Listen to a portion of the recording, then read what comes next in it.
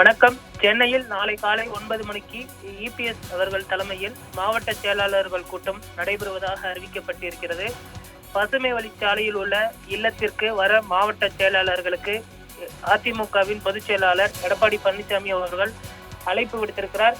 அதிமுகவில் 2 பிரிவுகளாக தற்பொழுது பிரச்சனை நிலவி வரக்கூடிய நிலையில் ராயப்பேட்டையில் இருக்கக்கூடிய எம்ஜிஆர் மாளிகையில் நடத்தாமல் தற்பொழுது அவருடைய இல்லத்தில் இந்த கூட்டத்தினை நடத்த இருப்பது குறிப்பிடத்தக்கது. எம்ஜிஆர் மாளிகை முழுவதும் காவல்துறை கட்டுப்பாட்டில் கொண்டு வரப்பட்டிருக்கிறது. 2 தரப்பினரும் உள்ளே சென்று பிரச்சனை ஏற்படுவதை தடுப்பதற்காக தற்பொழுது காவல்துறையினர் அவர்களுடைய கட்டுப்பாட்டில் கொண்டு வந்திருக்கின்றனர். இந்த நிலையில் தற்பொழுது எஸ்பி வேலுமணி மற்றும் சி வி சண்முகம் தரப்பு 5இல் 2 பங்கு உறுப்பினர்களின் ஆதரவை திரட்டி இருக்கக்கூடிய சூழலில் புதிதாக நியமிக்கப்பட்ட மாவட்ட செயலாளர்கள் ஏற்கனவே இருக்கக்கூடிய மாவட்ட செயலாளர்கள் அனைவரையும் இபிஎஸ் அவர்கள் தன்னுடைய இல்லத்திற்கு வருவதற்கு தற்பொழுது அழைப்பு விடுக்கப்பட்டிருக்கிறது. அவர்களுடன் ஒரு முக்கிய ஆலோசனை கூட்டத்தை நடத்த இருப்பதும் குறிப்பிடத்தக்கது. அதிமுக எம்எல்ஏக்கள் இருதரப்பாக உள்ள நிலையில் எடப்பாடி பழனிசாமி நடத்தக்கூடிய இந்த ஆலோசனை முக்கியத்துவம் வாய்ந்ததாக பார்க்கப்படுகிறது. இந்த ஆலோசனை கூட்டத்தில் பல்வேறு முக்கிய முடிவுகளும் எடுக்கப்பட இருக்கிறது. குறிப்பாக அவர்கள் தரப்பினர் கையொப்பம் கேட்டால் கொடுக்கக்கூடாது என்றும் தற்பொழுது வலியுறுத்தப்பட இருக்கிறது. அதே போன்று இபிஎஸ் அவர்களே பொதுச் செயலாளராக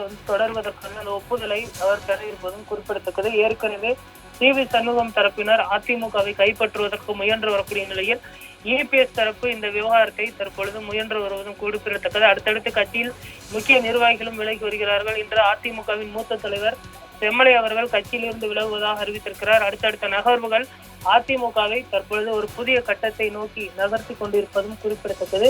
விரைவில் அதிமுக 2 தரப்பினருக்கிடையே பிரச்சனைக்கு முற்றுப்புள்ளி கிடைக்குமா அல்லது தொடர்ந்து இந்த பிரச்சனை பூதாகரமாக வெடிக்குமா என்பதனை பொறுத்திருந்தான் பார்க்க வேண்டும்.